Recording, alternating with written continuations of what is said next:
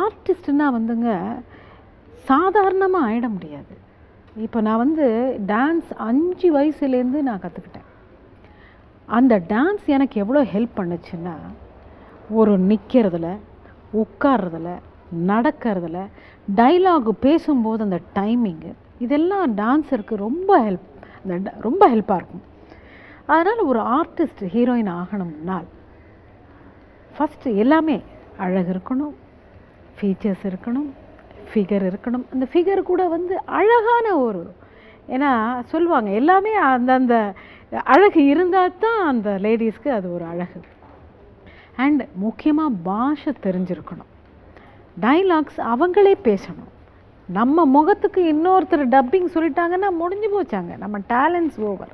முக்கியமாக ஒவ்வொரு ப்ரொடியூசர் வாழணும்னு நினைக்கணும். ஏன்னா ப்ரொடியூசர்ஸ் வந்து சாதாரண ஆட்கள் இல்லை, அவங்க தான் நம்பர் 1 இந்த சினிமா இண்டஸ்ட்ரி. ப்ரொடியூசர் வாழ்ந்தால் தான் எல்லாருமே வாழ முடியும். லைட் பாய்லேருந்து அண்ட் சேனலைசிங் டு டிஸ்ட்ரிபியூட்டர்ஸ். படத்தை எடுத்து ஃபர்ஸ்ட் காப்பி கொடுத்தா தான் டிஸ்ட்ரிபியூட்டருக்கு